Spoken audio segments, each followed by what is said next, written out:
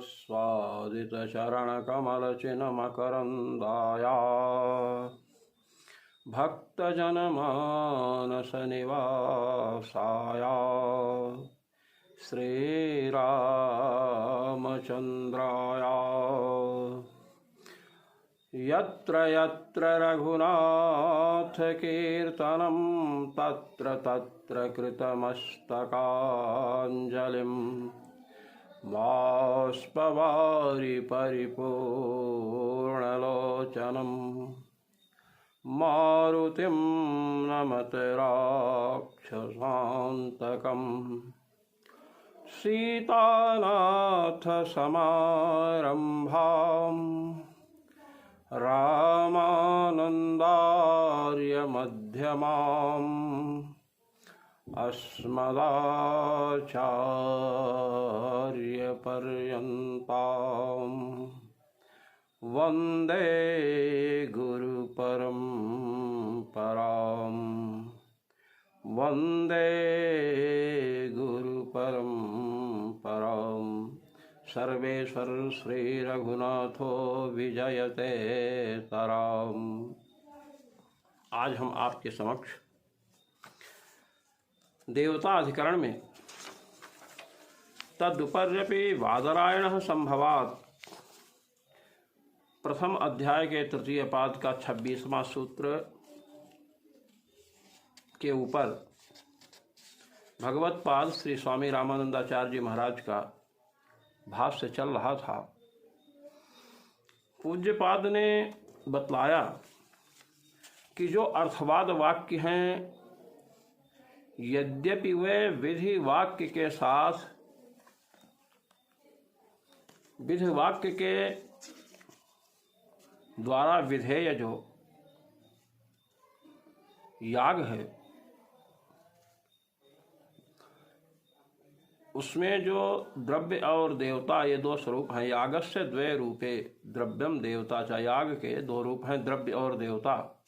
उसमें देवता के स्वरूप के उपस्थापक होते हैं और उस स्वरूप के द्वारा देवता के विग्रह की सिद्धि होती है। बात तो उन्होंने बताई।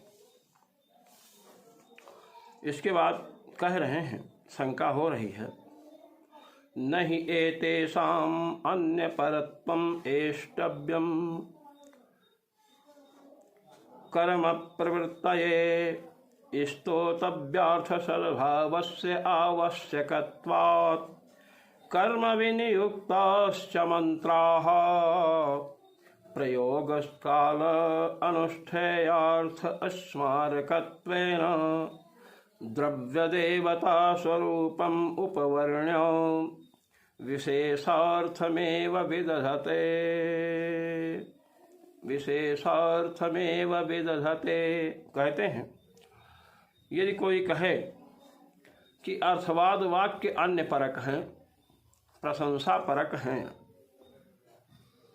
प्रशंसा रूपी अर्थ को समर्पित करके विधि वाक्यों के साथ अर्थवाद वाक्यों की एक वाक्यता होती है और उनका प्रामाण्य सुस्थिर होता है।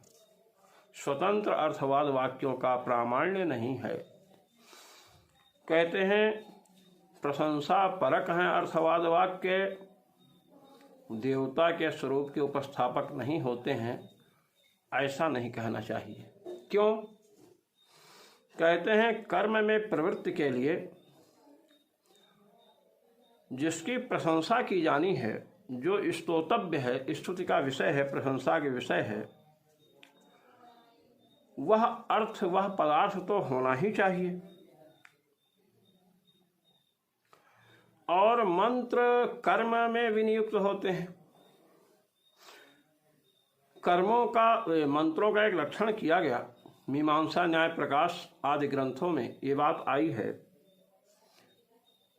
किमिदं मंत्रत्वं प्रयोग समवेतार्थ स्मारकत्वं मंत्रत्वं। प्रयोग में समवेत जो अर्थ है, प्रयोग में आने वाले जो पदार्थ हैं, उनके स्मारक होते हैं, उनके स्मरण को कराने वाले होते हैं मंत्र। यही मंत्र का स्वरूप है। तो कर्म जैसे यज्ञ है, जिसे याग कहते हैं मीमांसक। याग के दो रूप हैं, द्रव्य और देवता। तो द्रव्य अथवा देवता के स्वरूप के स्मारक होंगे, उनके स्वरूप का स्मरण कराएंगे। तो जब द्रव्य और देवता, जैसे देवता के स्वरूप का स्मरण कराया अर्थवाद वाक्य, तो देवता का स्वरूप जो आएगा उसका परिचय तो हमें मिलेगा ही। इसलिए विशेष जो अर्थ है देवता के शरीर इत्यादि रूप जो विशेष अर्थ हैं, उनका ज्ञान तो हमें अर्थवाद वाक्यों के द्वारा प्राप्त होगा ही। इसलिए अर्थवाद वाक्यों से देवता के स्वरूप का निर्णय होता है। अब एक शंका कर रहे हैं कि कुछ ऐसे मंत्र हैं जिनका कोई अर्थ ही नहीं निकलता है। मंत्र का आपने लक्षण किया है प्रयोग समवेतार्थ स्मारकत्वम मंत्रत्वम। यागादि जो प्रयोग हैं, अनुष्ठान हैं, उनमें समवेत जो अर्थ है द्रव्य और देवता रूपी अर्थ, उसके स्मारक मंत्र होते हैं। आपने बात कही, तो अर्थ का स्मरण कब होगा? जब अर्थ का अनुभव पहले हमें हुआ हो, क्योंकि अनुभव के बाद संस्कार पड़ता है और जैसा संस्कार पड़ता है वैसी ही स्मृति होती है। कहते हैं कुछ मंत्र हम प्रस्तुत कर रहे हैं जिनका कोई अर्थ ही नहीं होता है, तो प्रयोग समवेतार्थ स्मारकत्वम मंत्रत्वम, ये जो मंत्र का लक्षण किया गया है ये उनमें घटित नहीं होगा मंत्र में। अब मंत्र में यदि लक्षण नहीं जाता है मंत्र का, तो अव्याप्ति रूप दोष होगा न्याय दर्शन के अनुसार। लक्ष्यैक देशा आवृत्तित्वम अव्याप्ति, लक्ष्य के एक देश में न रहना। मंत्र का आपने लक्षण किया तो समग्र मंत्र लक्ष्य हुए। अब मंत्र का एक देश हम प्रस्तुत कर रहे हैं जिनका कोई अर्थ ही नहीं होता है। जब अर्थ ही नहीं होता है तो उन अर्थों का स्मरण कराने वाले मंत्र हैं, ये बात सिद्ध नहीं होगी। कहते कैसे कहे सुनिए, न च अभ्यक्षात इंद्र रिष्टि, ये मंत्र है ऋग्वेद संहिता का। श्रृण्येव जलफरी तुलफरीतु, ये भी ऋग संहिता का मंत्र है ऋग्वेद का। इत्यादिभिर्मन्त्रैः प्रामाणिकः कश्चिद् अर्थ एव न बोध्यते अभ्यक्षात इंद्ररिष्टिः। श्रृण्येव जलफरी तुलफरी इत्यादि जो मंत्र है इनका तो कोई अर्थ ही नहीं होता है।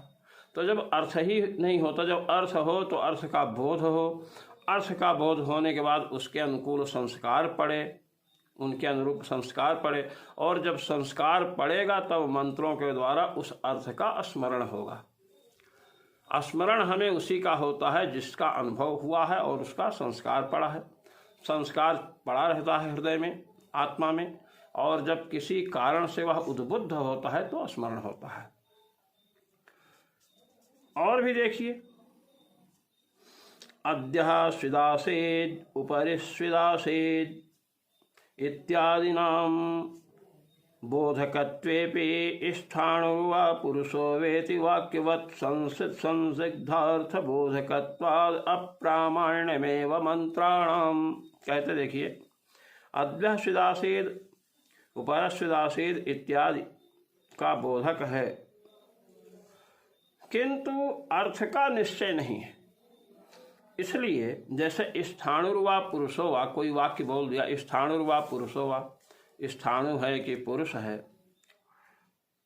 तो इस वाक्य से जैसे संदेह होता है, निश्चयात्मक ज्ञान नहीं होता है, ऐसे ही संदिग्धार्थ के बोधक मंत्र होंगे तो उनका प्रामाण्य कैसे हो सकता है? प्रामाण्य तो उसका होगा जो निश्चयार्थ बोधक हो, निश्चित रूप निश्चित जो अर्थ है उसका बोधक यदि हो मंत्र तो वह प्रामाणिक होगा। कुछ मंत्र हैं जिनका अर्थ ही नहीं है, तो मंत्र का जब अर्थ ही नहीं तो उस अर्थ के स्मारक मंत्र कैसे होंगे, इसलिए लक्षण नहीं जाएगा। और जो संदिग्धार्थ है, संदिग्धार्थ होने पर कैसे अर्थ का निश्चय होगा, इसलिए मंत्र में अर्थ प्रयोग समेतार्थ स्मारकत्व रूप लक्षण नहीं जाएगा। तथा च कथम देवता विग्रहादि वर्णनस्य साधुत्वम इति वाच्यम। कहते हैं फिर जो आपने कहा कि मंत्रों के द्वारा देवता के विग्रह का निश्चय होता है, ये बात सत्य है, आपने बात कही है कि मंत्रों के द्वारा देवता के स्वरूप का निश्चय होता है। तो मंत्र तो देवता के स्वरूप के निश्चायक उस समय होंगे जिस समय निश्चित अर्थ का अनुभव हुआ हो। जहां पर संदेह हुआ है तो कैसे अर्थ का स्मरण होगा? संदिग्धार्थ जो होता है ना, जब निश्चित हो जाए, यथार्थ अनुभव हो जाए, तो उसके बाद संस्कार पड़ेगा और उसके बाद किसी कारणवश मंत्र के द्वारा अर्थ का स्मरण होगा। ऐसी बात तो है नहीं। कहते ऐसा आप नहीं कह सकते। आपने जो अभ्यक्षात इंद्रदृष्टि जरफरी तुरफरी इत्यादि मंत्र वाक्यों को प्रस्तुत किया और कहा कि इनका अर्थ नहीं है, कहते हैं कि यह बात अनुचित है, आपको पता ही नहीं। यास्काचार्येण निरुक्ते तेषां मंत्राणां सम्यग् अर्थम निरूप्य प्रामाण्यम दर्शितम। कहते यास्काचार्य हुए महर्षि यास्क, उन्होंने निरुक्त में इन मंत्रों का सम्यक तया अर्थ का निरूपण किया है और बताया है कि इनका अर्थ है, इसलिए ये मंत्र क्या हैं? प्रामाणिक हैं। जब अर्थ निश्चित हो गया, निश्चयार्थक बोध हो जाएगा, मंत्र से पहले से अर्थ निश्चित हो गया, तो अर्थ निश्चित हो गया तो मंत्र के द्वारा उन अर्थों का स्मरण होगा जब मंत्र बोलेंगे। इसलिए मंत्र प्रामाणिक हैं, अप्रामाणिक नहीं हैं। तो जब मंत्रों का प्रामाण्य सिद्ध हो गया तो उनके द्वारा देवता के विग्रह की सिद्धि हो जाएगी। तत्परिचय शून्य अज्ञातत्वम न मंत्राणाम दोषम आवहति। भगवत पाद श्री स्वामी रामानंदाचार्य जी महाराज कह रहे हैं कि सुनिए, जिन्हें मंत्र के अर्थ का परिचय ही नहीं है, उनके लिए मंत्र का अर्थ ज्ञात ना हो, तो इससे मंत्र में क्या दोष आया? भगवान भास्कर प्रातःकाल उदित हुए, जिनके नेत्र है वे लोग उनके प्रकाश में सभी वस्तुओं का साक्षात्कार करते हैं। अब यदि कोई अंधा व्यक्ति हो, उसको कोई वस्तु नहीं दिखाई पड़ रही है सूर्य के उदित होने पर भी, तो ये सूर्य का दोष है क्या, या अथवा उन वस्तुओं का दोष है? नहीं, ना तो सूर्य का दोष है ना उन वस्तुओं का दोष है, दोष तो उस अंधे का है। इसी तथ्य का निरूपण भगवतपाद श्री स्वामी रामानंदाचार्य जी महाराज कर रहे हैं। नैषस्थाणोर अपराधो यदेनम अंधो न पश्यति पुरुषापराधः सभवति इति लौकिकीयं गाथा एव अत्र प्रसरते। कहते हैं नैष स्थाणो अपराध, स्थाणु सूखा हुआ वृक्ष है, उसका यह अपराध नहीं है कि उसे अंधा नहीं देख रहा है, ये तो उस अंधे पुरुष का अपराध है। ये लौकिकी गाथा है, लोक में प्रसिद्ध बात है।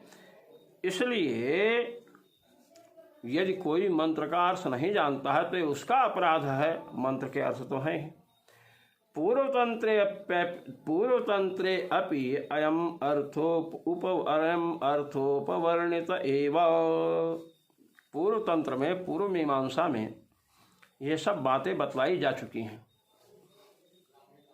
पूर्व मीमांसा पढ़ते ही नहीं हो, फिर कैसे ज्ञान होगा?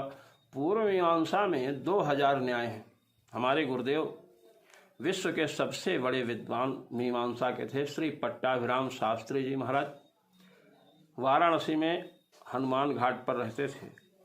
उन गुरुदेव ने बतलाया कि मीमांसा में 2000 न्याय हैं। बहुत से न्यायों का प्रयोग व्याकरण में, बहुत से न्यायों का प्रयोग न्याय दर्शन में, और अधिकतर न्यायों का प्रयोग होता है उत्तर मीमांसा वेदांत में। लोक में भी उनका प्रयोग होता है, करने वाले कर सकते हैं। कहते हैं सतः परम विज्ञानम, जैमिन सूत्र है, प्रथम अध्याय के द्वितीय पाद का 50वां सूत्र है। प्रस्फुट एवार्थः प्रमादादिभिर्न ज्ञायते अतो निरुक्त व्याकरणादिभ्यश्चा धातुतो अर्थः परिकल्पयितव्यः। कहते हैं सतः परम विज्ञानम। यहाँ पर यह बात स्पष्ट की गई है, प्रमादादि के कारण, अज्ञानता के कारण यदि अर्थ ज्ञात नहीं हो रहा है तो निरुक्त है, व्याकरण है, काव्य कोश आदि के द्वारा और धातुओं के द्वारा अर्थों का निश्चय करना चाहिए। कहे हमने तो कहा था जरफरी तुरफरी, जरफरी तुरफरी तो अभ्यक्षात इंद्र दृष्टि, ये दो मंत्र मैंने प्रस्तुत किया था, इसका अर्थ तो बतलाओ महाराज। कहते सुनिए, तथा च जरफरी तुरफरी तो इत्येवमादीनि अश्विनोरभिधानानि। जरफरी तुरफरी, जरफरी और तुरफरी में दो वचन है और इसके द्वारा अश्विनोह अभिधानानि, ये जो अश्विनी कुमार हैं उन दोनों देवताओं के वाचक हैं ये शब्द जो हैं। आश्विनम चेदम सूक्तम अश्विनोह काममप्रा इति दर्शनात्। कहते हैं कि ये जो जहाँ ये दोनों मंत्र आए हैं ये आश्विन सूक्त है, अश्विनी कुमारों का वर्णन करने वाला है। अश्विनोह काममप्रा इति दर्शनात्, क्योंकि वहाँ अश्विनी कुमार का नाम आया इसलिए इन दोनों का अर्थ भी अश्विनी कुमार है। द्विवचनांतम च तत्र लक्ष्यते, और द्विवचनांत ये दोनों प्रयोग हैं। अतएव जरफरी भर्तारावित्यर्थः, जरफरी का अर्थ है भर्तारो माने स्वामी, तुरफरी हंतारावित्यर्थः इति निरुक्ते उक्तम। तुरफरी का अर्थ है हंतारो, जरफरी का अर्थ है भर्तारो माने स्वामी, भरण पोषण करने वाला, और तुरफरी का अर्थ क्या है? हंतारो, मारने वाला। एवं अभ्यक्षात इत्यादि संगमनीयम, कहे ऐसे अभ्यक्षात इत्यादि का भी अर्थ समझना चाहिए। अद्य स्विदासीत इत्येषो न संशयार्थकः, कहे आप हमने पहले कहा था अद्य स्विदासीत ऊपर स्विदासीत, इसको हमने पूर्व में संदिग्धार्थक बतलाया था। इस मंत्र का अर्थ संदिग्ध है, कहते हैं कोई संदिग्ध होने की नहीं है। अद्य स्विदासीत इत्येषो न संशयार्थकः, इत्येषो मंत्रः न संशयार्थकः। अद्य स्विदासीत इत्यादि जो मंत्र हैं इन मंत्रों, ये संशयार्थक मंत्र हैं, इनका अर्थ संशयग्रस्त नहीं है। कहते क्यों? कि अपितु जगत कारणस्य परवस्तुनो अति गभीरत्वं सूचयितुम एव प्रवृत्तः। ये मंत्र जो है जगत कारण, जो पर वस्तु परमात्मा है जगत का कारण, उसके अति गांभीर्य को सूचित कर रहा है। स्वाचार्य शास्त्र संप्रदाय रहितैहि अगम्यत्वम अद्य स्विदित्यनया वचो भंग्या उपन्यस्यते। जो आचार्य परंपरा से रहित हैं, जिनके गुरुजन नहीं हैं, बिना गुरु के मनमुखी चल रहे हैं और शास्त्र संप्रदाय से रहित हैं, गुरुजनों के चरणों में बैठकर शास्त्रों के अध्ययन का सौभाग्य जिनको नहीं प्राप्त हुआ है, उनके लिए अगम्यत्वम, इन मंत्रों का अर्थ अगम्य है। ये इस वचोभंगी, इस वाणी के द्वारा, विशेष भंगिमा के द्वारा कहा गया। स्पष्ट और कीजिए कह कर रहे हैं। अयमेव आशयः का अद्धा वेद इति उपरिष्टान मंत्रेषु प्रदर्शितः। कहे इसके बाद जो मंत्र आए हैं का अद्धा वेद, ऋक् संहिता का मंत्र है। इसी आशय को बताया गया कि कौन प्राणी है जो इसको समझ सकता है। प्रयोग काले मंत्रोच्चारणम नियमतः एव कर्तव्यम इति अदिष्ट प्रयोजनकत्वम एव मंत्राणाम इत्यपि न तदर्थ प्रत्यायकत्व रूपम दृष्टम अपि प्रयोजनम पूरीकृतम।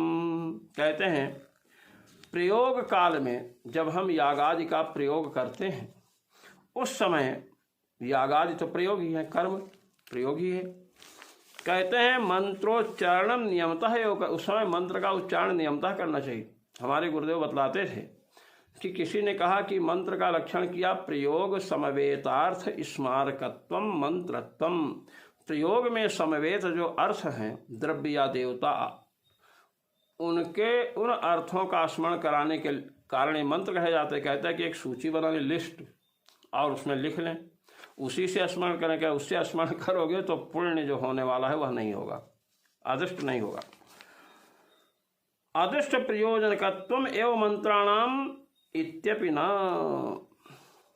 अदृष्ट प्रयोजन है अर्थात मंत्र के द्वारा द्रव्य और देवता का स्मरण होगा, इससे अदृष्ट होगा। अदृष्ट आप समझे पुण्य होगा, पुण्य मात्र ही प्रयोजन नहीं है। तदर्थ प्रत्यायकत्वम रूपम दृष्टम अभिप्रयोजनम ओरीकृतम।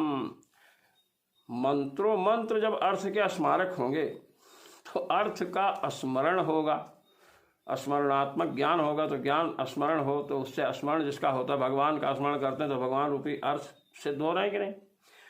तो कहते हैं अर्थ प्रत्यायकत्वम, अर्थबोधकत्व। मंत्र प्रयोग समवेत जो अर्थ है द्रव्य और देवता रूपी अर्थ, उसके स्मारक होते, उसके स्मृति के जनक होते हैं। तो स्मृति के जनक होंगे तो स्मरण कराएंगे तो स्मरण का विषय जो होगा वह तो सिद्ध ही होगा। ये दृष्ट प्रयोजन है। अर्थों का स्मरण तो दृष्ट प्रयोजन है मंत्र के द्वारा, और मंत्र का उच्चारण करेंगे तो पुण्य भी होगा। दो कार्य। न च दृष्ट प्रयोजने न किमपि श्रौतम प्रमाणम उपलभ्यत इति वाच्यम। पूर्व पक्षी ने कहा कि मंत्रों के उच्चारण से दृष्ट प्रयोजन कोई नहीं है, क्योंकि इसमें कोई श्रौत वैदिक प्रमाण उपलब्ध नहीं होता है। कहते इति न वाच्यम, का ऐसा आप नहीं कह सकते हैं कि दृष्ट प्रयोजन में कोई वैदिक प्रमाण नहीं है। आपको पता नहीं है। क्या कैसे कहे? लिंगोपदेशश्चादर्थवत्, जैमिन सूत्र प्रथम अध्याय के द्वितीय पाद का 52वां सूत्र है। इत्यनेन निर्णीतमेव एतत् लिंगोपदेशश्चादर्थवत्। इस सूत्र में ये बात निर्णीत हुई है कि मंत्र अदृष्ट प्रयोजनक होने पर भी दृष्ट प्रयोजनक होते हैं। क्या बताइए, स्पष्ट कीजिए तब हम मानेंगे। क्या बता रहे हैं, सुनिए। तथा ही के द्वारा इसी वस्तु का, इसी तथ्य का उपादन कर रहे हैं। कहते हैं तथा ही ऐन्द्रियागार्हपत्यमुपतिष्ठते इंद्रो देवता यस्यारिषः सेयं ऐन्द्री तया गार्हपत्यम उपतिष्ठेत इति। अत्र ऐन्द्रित्वलिंगेनैव उपदेशः तस्यां ऋषि इंद्रः प्राधान्येन प्रतिपाद्यते। अतस्तस्या ऋचः इंद्रो देवता उपदिश्यते। अतएव चैन्द्रिया इति देवतावाचि तद्धितान्त निर्देश उपपद्यते। ततश्चायम् उपदेशस्तन्मन्त्रवाक्यम् अर्थवद इति ज्ञापयति। कहते सुनिए, ऐन्द्रियागार्हपत्यम उपतिष्ठते, ये वाक्य है। अब ऐन्द्रिया ये तृतीया व्यक्ति है। इंद्रो देवता यस्याह ऋचाः, ऐन्द्रिया माने इंद्र देवता को प्रस्तुत करने वाली जो ऋचा है, जिस ऋचा के देवता इंद्र हैं। इंद्रो देवता यस्या ऋचा सेयम ऐन्द्री। ऐन्द्रिया आया है ना, ऐन्द्रिया गार्हपत्य का उपस्थान होगा। तो कहते हैं किससे होगा? तो ऐन्द्री ऋचा के द्वारा होगा, जिस ऋचा का देवता इंद्र है, जिस ऋचा के द्वारा इंद्र का प्रतिपादन हो रहा है। तो ऐन्द्रित्व लिंगत्वेन एव उपदेशः, ये इंद्र की ऋचा है। यहां पर ऐन्द्रित्व लिंग के द्वारा निर्णय होता है। कहते लिंग क्या है? देखिए, मीमांसा में लिंग और न्याय दर्शन में लिंग, दोनों जगह लिंग शब्द का, लिंग पदार्थ आता है। नैयायिकों के यहाँ जो लिंग पदार्थ आता है वहाँ क्या अर्थ है? लीनम अर्थम गमयत इति लिंगम, जो छिपे हुए अर्थ को बतलाए। जैसे पर्वत में वहनि का अनुमान किया धूम हेतु से, पर्वतो वहनिमान धूमात। तो पंचम्यंतम तृतीयांतम व लिंग वचनम हेतु, पंचम्यंत या तृतीयांत जो लिंग बोधक वचन होता है वो हेतु होता है। धूमात धूम हेतु है। और मीमांसा में लिंग का निर्वचन किया गया, सामर्थ्यम सर्वभावानां लिंगमित्यभिधीयते। संपूर्ण जो भाव हैं उनका जो सामर्थ्य है उसे लिंग कहते हैं। सामर्थ्यम सर्वभावानां लिंगमित्यभिधीयते, सामर्थ्य माने शक्ति। अब आप देखिए, कहते हैं तस्याम ऋषि इंद्र प्राधान्येन प्रतिपाद्यते ऐन्द्रियागार्हपत्यम उपतिष्ठते। ये जो ऋचा प्रस्तुत की गई, इस ऋचा के द्वारा प्रधानतया किसका उपवर्णन है? तो इंद्र देवता का उपवर्णन है। अतस्तस्याह ऋचा इंद्रो देवता उपदिश्यते, इसलिए उस ऋचा का देवता कौन है? इंद्र, ऐसा उपदेश किया गया। कहते हैं कि अतएव च ऐन्द्रिया इति देवता वाच तद्धितांत निर्देश उपपद्यते। ऐन्द्रिया तो देवतावाची तद्धितांत प्रत्यय का निर्देश हुआ है।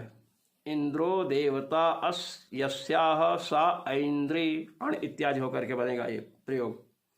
ततश्चायम उपदेशः तन्मंत्रवाक्यम अर्थवद ऐन्द्रियागार्हपत्यम उपतिष्ठते।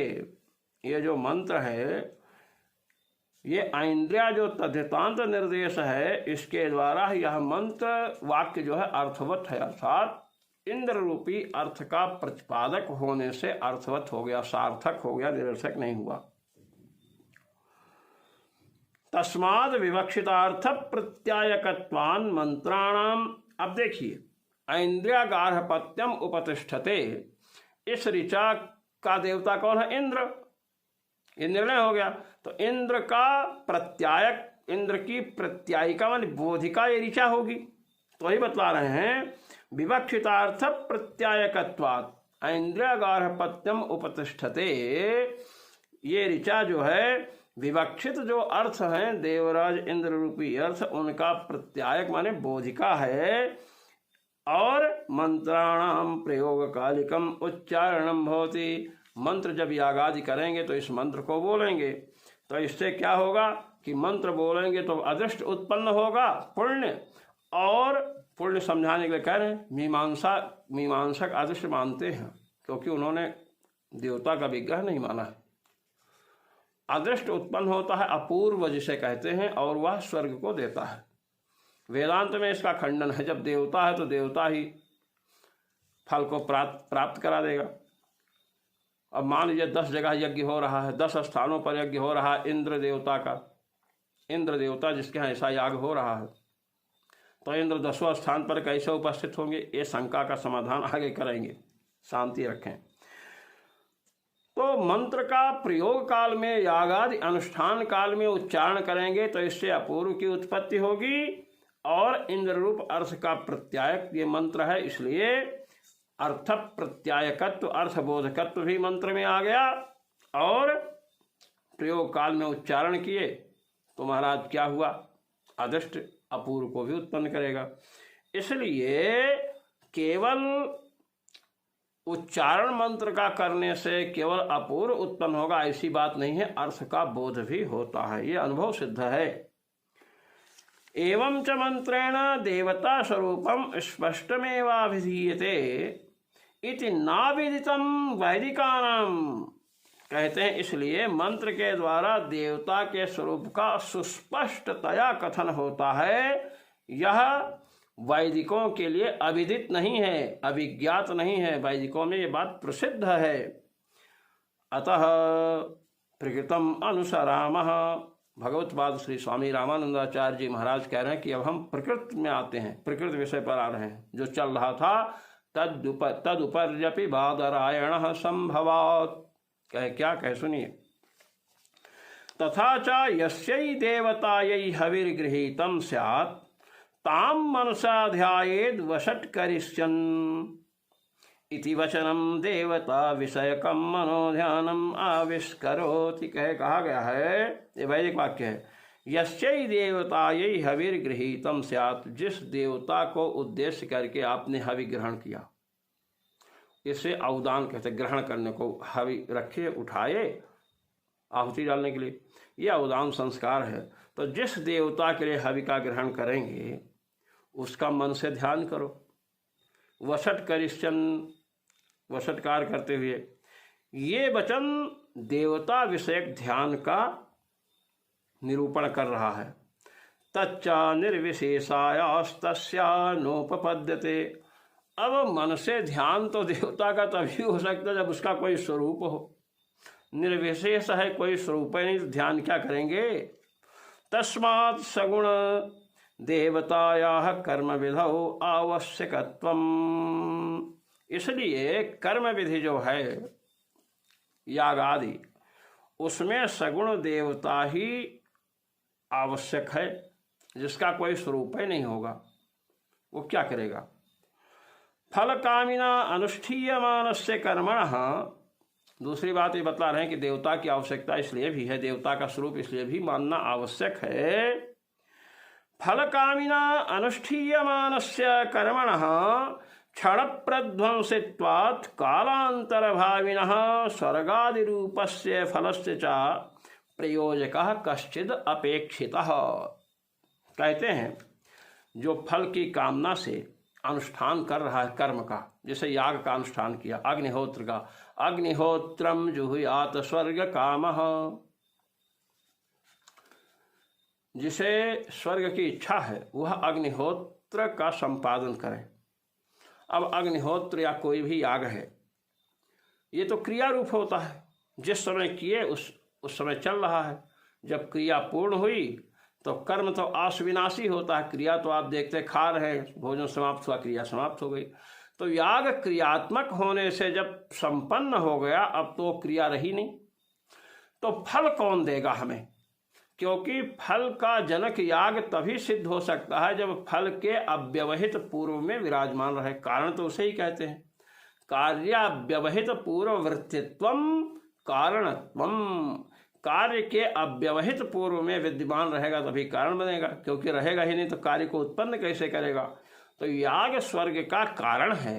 तो स्वर्ग तो मरने के बाद मिलने वाला है, 20 साल के बाद, 50 साल के बाद, 10 साल के बाद। और याग क्रियात्मक होने से वो तो नष्ट हो गया महाराज। तो जब नष्ट हो गया माने संपन्न हो गया तो है ही नहीं, तो फल कैसे देगा। भगवत पाद श्री स्वामी रामानंदाचार्य जी महाराज कह रहे हैं कि फल जिस समय मिलने वाला उसके पहले याग तो रह नहीं सकता है। याग का जो देवता है वो तो रहेगा, वही फल देगा। वही बता रहे हैं, कर्मणः क्षण प्रध्वंसित्वात् कालांतर भाविनः स्वर्गादि रूप फलस्य च प्रयोजकः कश्चिद अपेक्षितः। कर्म यागादि कर्म क्षण प्रध्वंसी हैं, क्षण माने शीघ्र विनाशी हैं, क्षण मात्र में विनाश होगा। और इसके बाद कालांतर में 10 साल 50 साल के बाद होने वाला जो स्वर्गादि रूप फल हैं, उनका प्रयोजक तो कोई होना चाहिए, कोई पदार्थ होना चाहिए जो स्वर्ग को दे। प्रयोजक कहते हैं प्रयोजकम कारण कारणतावच्छेदक साधारणम। प्रयोजक कारण को और कारणतावच्छेदक दोनों को कहते हैं। विधिवाक्य विचारे च कृष्णानि कर्माणि सोपास्य देवता प्रधान अन्य व। कहे विधिवाक्य का भी जब विचार करिए तो जितने भी कर्म हैं, संपूर्ण कर्म, उन कर्मों का जो देवता है, कोई भी याग करेंगे उसका कोई देवता होगा। कहते हैं उपास्य, जो उस कर्म का उपकर्म के द्वारा उपास्य जो देवता है वही प्रधान होता है। और कर्म भले आसुविनाशी है क्रिया रूप होने से, किंतु देवता विराजमान रहेगा। और जब स्वर्ग रूप फल प्राप्त करने का समय आएगा उस समय वो देगा। तस्मात् देवानां देहेन्द्रियादिमत्वं सम्यग उपपन्नम। कहते इसलिए देवताओं का देह भी होता है, इंद्रियां भी होती हैं, नहीं तो उनका उपस्थान प्रशंसा करेंगे, कान ही नहीं है सुनेगा क्या, मन ही नहीं है संकल्प क्या करेगा देने का। इसलिए देवता का शरीर भी होता है, इंद्रियां भी होती हैं। का ये तो मैंने अभी आपको समझाया। अब हम साक्षात प्रमाण दे रहे हैं उपनिषद का। तथोपनिषद भागेपि सृष्टि प्रकरणे उपासना प्रकरणे च श्रूयते। कहते उपनिषद भाग में, जिसे वेदांत कहते हैं, सृष्टि प्रकरण में और उपासना प्रकरण में ये बात सुनी गई है। सृष्टि प्रकरणे तावत्, कहे सृष्टि का प्रकरण लीजिए।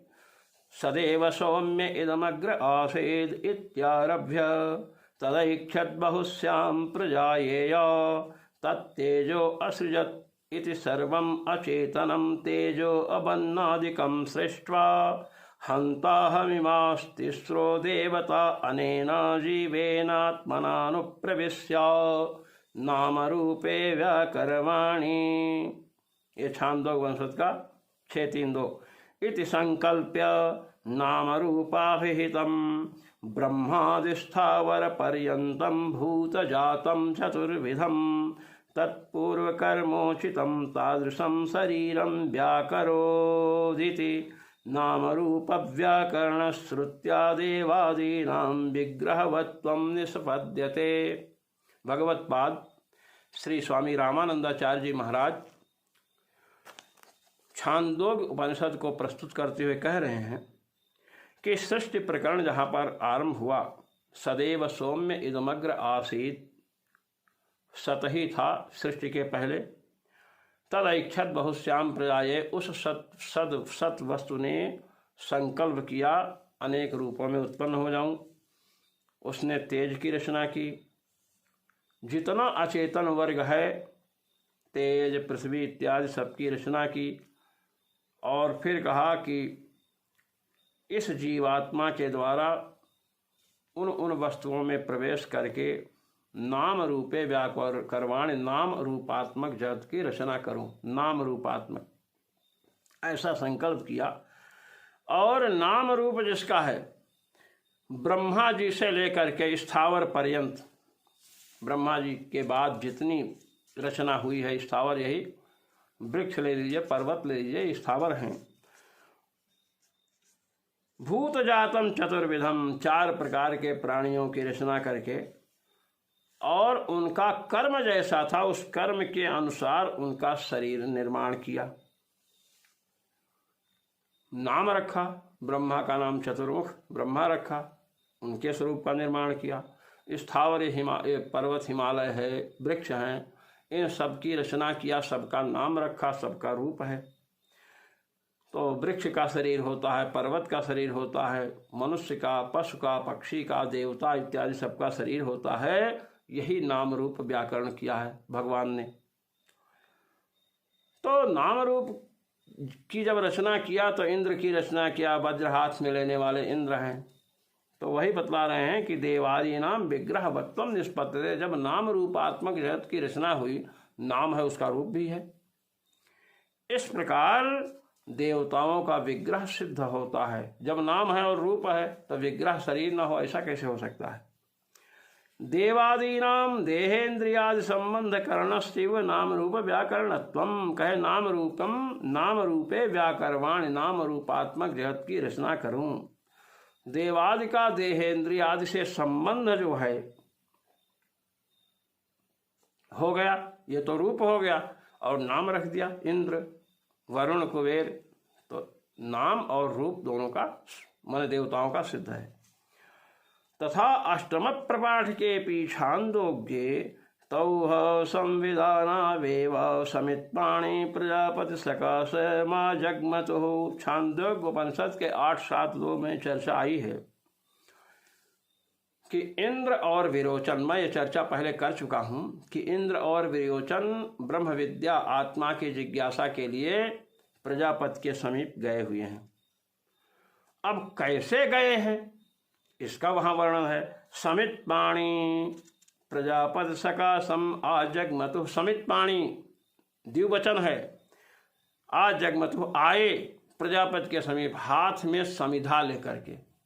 अब तय इंद्र का आप शरीर ही नहीं मानोगे तो हाथ में समिधा कैसे आएगी। शरीर होगा तो हाथ होगा, और हाथ होगा तो समिधा। तो हाथ में समिधा लेकर के इंद्र प्रजापति के समीप पहुँचे। ये छांदोग्य उपनिषद में चर्चा आई है। और आप कह रहे हैं कि क्या बोलते हैं, देवता का शरीर ही नहीं होता है, देवता की इंद्रियां ही नहीं होती, केवल आप ही के इंद्रियां हैं, केवल आप ही का शरीर है। आपका शरीर है, आपकी इंद्रियां हैं, आप यज्ञ कर रहे हैं, पुरोडास का भक्षण कर रहे हैं, ईजा भक्षण कर रहे हैं, और देवताओं के लिए करें उनका शरीर ही नहीं होता। उपनिषद का आपने दर्शन नहीं किया, अर्थ का अनर्थ कहते हैं। इसलिए वेदांत देशिक पूज्यपाद ने कहा, दो मीमांसकों की चर्चा की है। अद्वैत महानुभावों के द्वारा कर्मकांड भाग का अपलाप किया गया, इसलिए कहते हैं कि ये भी मीमांसक हैं, और मीमांसकों के द्वारा वेदांत का अपलाप किया गया। वेदांत जो वेद का शिरोभाग है, तो सिर का अपलाप किया, सिर नहीं, सिर का तिरस्कार किया, और एक ने धड़ का तिरस्कार किया। इसलिए एक की संज्ञा राहु मीमांसक और एक की संज्ञा केतु मीमांसक उन्होंने दी है। मीमांसक वेदांत को नहीं मानते हैं, उसका अपलाप करते हैं। सिर का अपलाप कर दिया तो क्या हो गए, केतु मीमांसक हो गए। और अद्वैत महानुभावों ने कर्मकांड भाग का तिरस्कार किया तो उनको क्या कह दिया, राहु मीमांसक। ये वेदांत देशिक जी महाराज ने कहा है।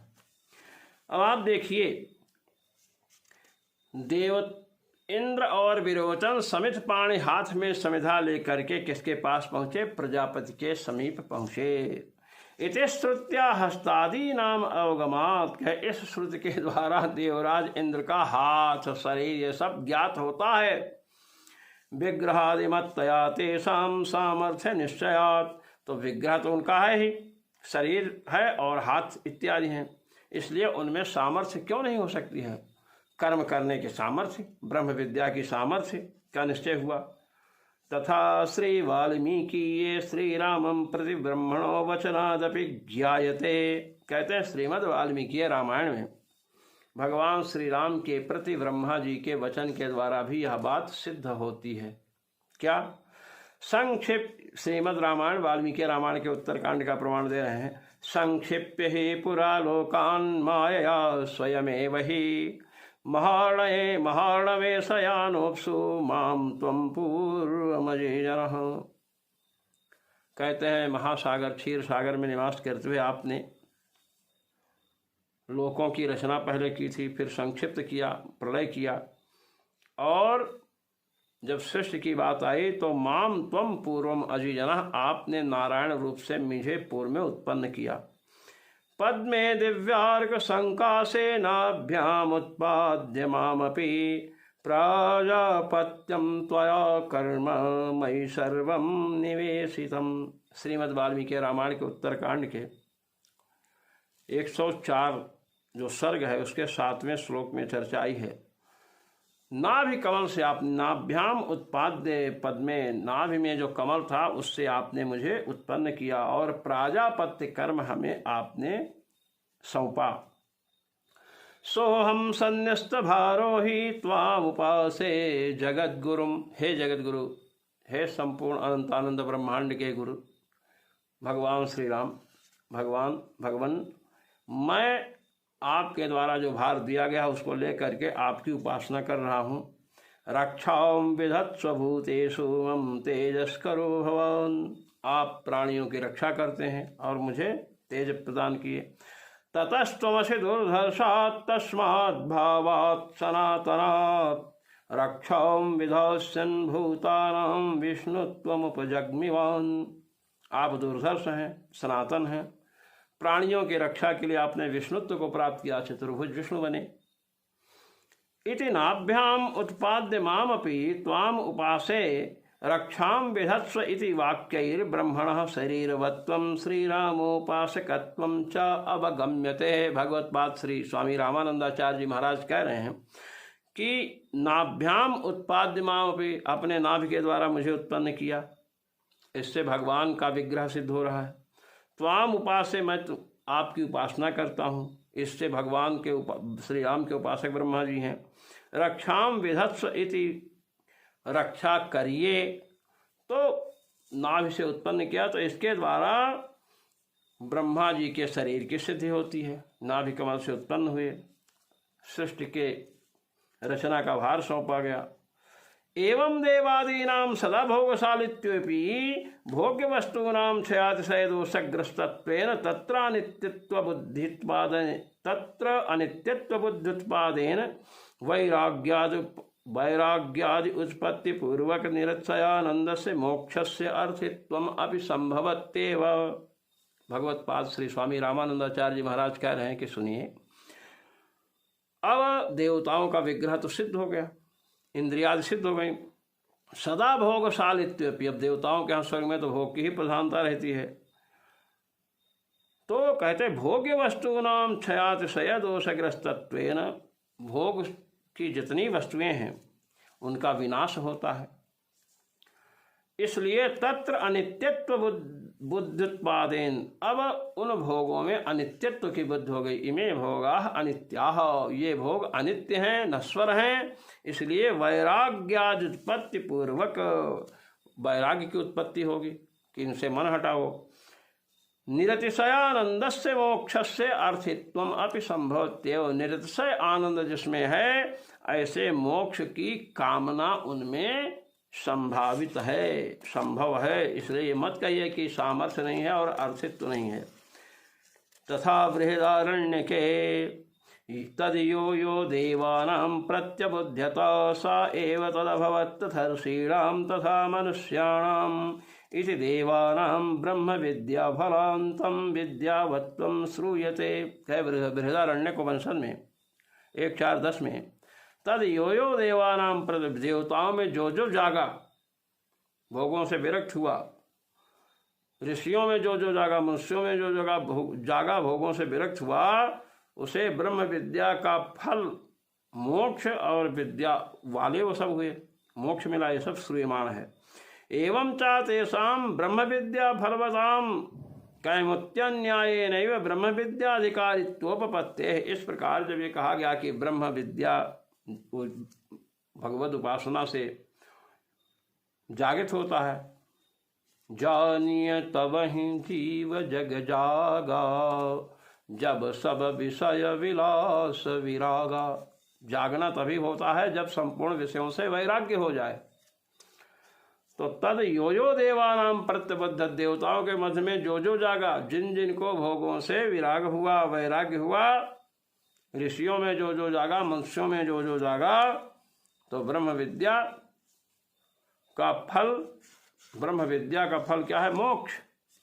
मोक्ष मिला उन्हें, ब्रह्म विद्या भी मोक्ष कार्य है। मोक्ष रूपी कार्य को निष्पत्ति ब्रह्म विद्या से होती है कार्य की। ब्रह्म विद्या नहीं होगी, भगवत उपासना नहीं होगी तो मोक्ष मिल नहीं सकता है। तो ब्रह्म विद्या फल वाले हैं, तो ब्रह्म विद्या फल वाले हैं। जब वृक्ष में फल लगा तो फल को उत्पन्न करने का अधिकार वृक्ष को है, सदा सिद्ध हो गया। वही बता रहे हैं, कैमुत्यन न्याय नहीं ब्रह्म विद्या अधिकारित्वोपपत्ति है। कैमुत्यन न्याय से ब्रह्म विद्या की अधिकारिता उनमें सिद्ध हो गई। कैमुत्यन न्याय क्या है मैं आपको बतलाऊं। एक गुरु थे और उनका एक शिष्य था। गुरु जी ने शिष्य से कहा कि बेटा देखो वहां मालपुआ रखा था, है कि नहीं। अब शिष्य वहां गया तो कहा गुरु जी, चूहा आ करके जो यहाँ डंडा रखा था, डंडा जिसे मारते हैं, डंडा ही खा गया। गुरु जी कहा मैं मालपुआ के, गुरु जी बोल रहे हैं मैं मालपुआ के लिए पूछा हूँ है कि नहीं। क्या गुरु जी मालपुआ तो दिख नहीं रहे, पता ही नहीं मालपुआ कहाँ गया।